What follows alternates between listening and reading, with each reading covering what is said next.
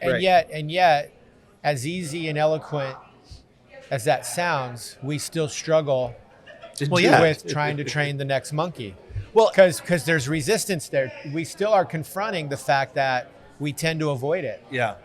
I think the biggest problem is not the resistance. I think it's actually recognizing that the monkey is there. So if I were like reframe it, so you were talking about like, okay, well, yesterday's monkey is tomorrow's pedestal, this thing, which is true. But I think there's a subtle way where that's really different particularly for entrepreneurship, because I view the pedestal as almost commoditizing the process. There's a thing that even if you don't know how to do it, you know there's somebody who does. Somebody can do this thing.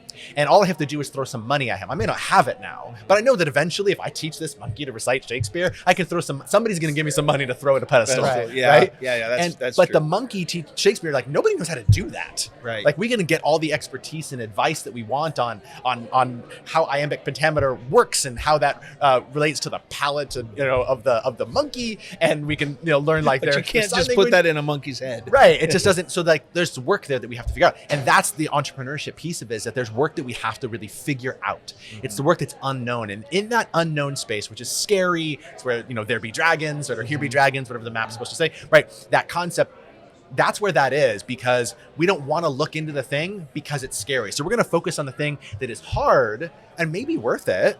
Yeah. And something that we can learn and acquire skills for that can serve us well. It's not that it's not valuable, it is valuable. But for this particular question, I just don't know if it's very interesting. Yeah. If you right-size bets, do you think you deal with the dragon? Do you think you deal with the monkey?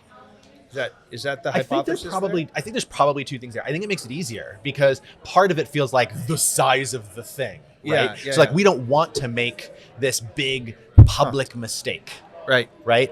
And so to avoid that, we're going to work on a simpler thing. And so if we right size it, we're maybe lowering that resistance a little bit, because we can get to the point where, we're like, okay, well, that's not so bad. So the resistance doesn't go away. It doesn't. And it doesn't go away. You're still going to have to, but you can oversize it, make it so big that it's these epic fails. That it's insurmountable. Here's the other thing about this idea of pressing through these hard moments, like really coming to terms with it, is there's this phrase that we use all the time that says, everybody will encounter suffering, right? Those moments come. You don't have to wish it on your enemy. Not just me, huh? It's coming. Okay. Well, some of yours is some just of you. but I had a suspicion. And then after that, there's suffering. I used to say suffering will make you or break you. And I'm like, that's not right. It absolutely breaks you. That's going to happen. The question is, what will it make of you?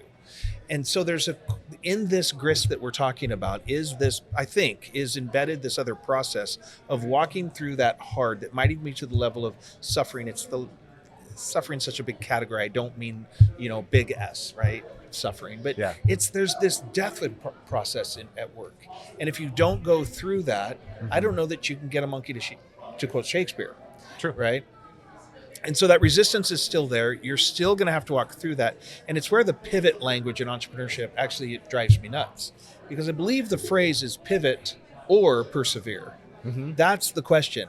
And I've heard it here. There's a third choice there, by the way. What is it? Abandon. Abandon ship. Yeah. Quit. Right. Yeah. Correct. And even on this stage, we hear about the pivot. Everyone talks about the pivot, but the persevere is where the suffering takes place. Yes.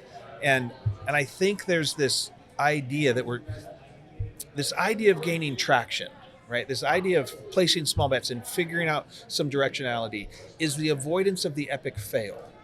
But it does not avoid the useful fail or the necessary fail. And at that point, you have to go, we'll say, all in or persevere through, because getting a monkey to quote Shakespeare, we know that's not possible. That's why that idea kind of works.